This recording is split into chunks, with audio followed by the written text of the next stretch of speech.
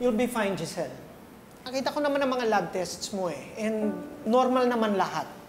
Just don't forget to rest. Ha?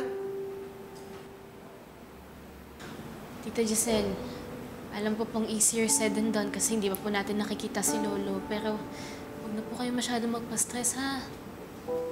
Nakapagpahinga na rin naman ako dito. Mabuti-buti ng pakiramdam ko. Lalo na't naalagaan mo ko. Well, that's good. Just don't push yourself too hard, okay? Thank you, Doc. Oh, Sir Mark. Ma'am Giselle, Doc Tanyag. Good morning po. Good morning.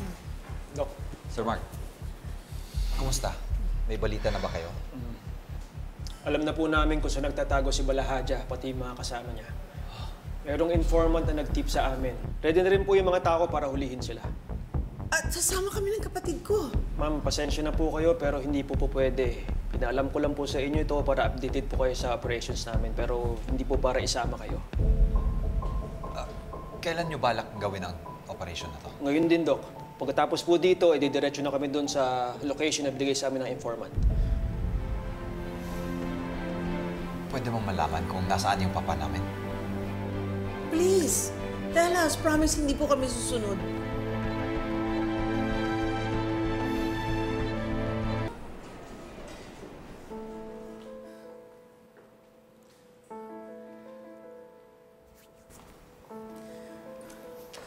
Obey, sumunod na tayo sa mga pulis. Ate, hindi pwede. Baka lalong mapahamak si papa pag sumunod tayo. Eh, hindi naman ako mapakali dito eh. Gusto ko lang makita si Papa. Puntahan natin. Ate, makinig na lang tayo sa mga pulis. Ganito na lang. If in 1 hour wala pa ring update, tsaka tayo sumunod, okay? Teka, pare. Where's Zoe? Alam na ba niya ito? Zoe is with her mom. At wala siyang alam tungkol dito. At hindi niya dapat malaman. I don't trust those people. Neither of them. The mother nor the daughter. I don't trust them both. Annalyn, anak, wala ka bang duty? Sige na, pumasok ka na. I-update na lang kita pag may balita na kami tungkol sa lolo mo.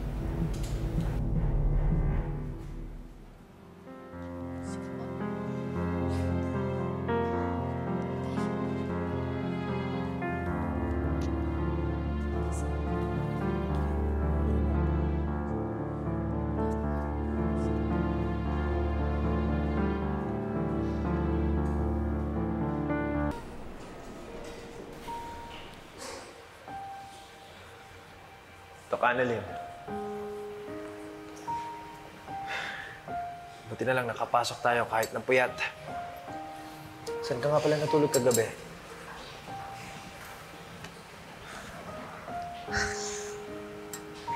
Doc.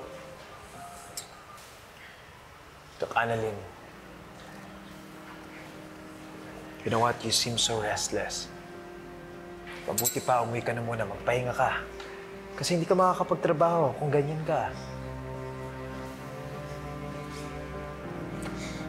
Dok, alam na ng mga pulis kung saan posibleng tilago si Lolo. Tapos meron silang rescue operation mamaya. That's good.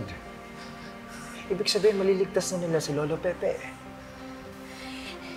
Dok, gusto kong sumunod. What? Doc Annalyn, delikado doon. Hindi pwede. Pero, Dok... Dok, ayan ka na naman sa hero complex mo eh. Delikado doon. Hindi ka aalis, hindi kita papayagan.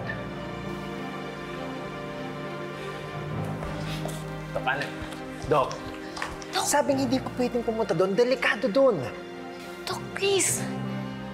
Nasa sideline lang naman ako eh. Na hindi nga ako lalapit eh. Hindi lang talaga ako magpakali na wala akong gagawin para kay Lolo. Alam ba to ng nanay mo? Dok, alam ba to ng nanay mo?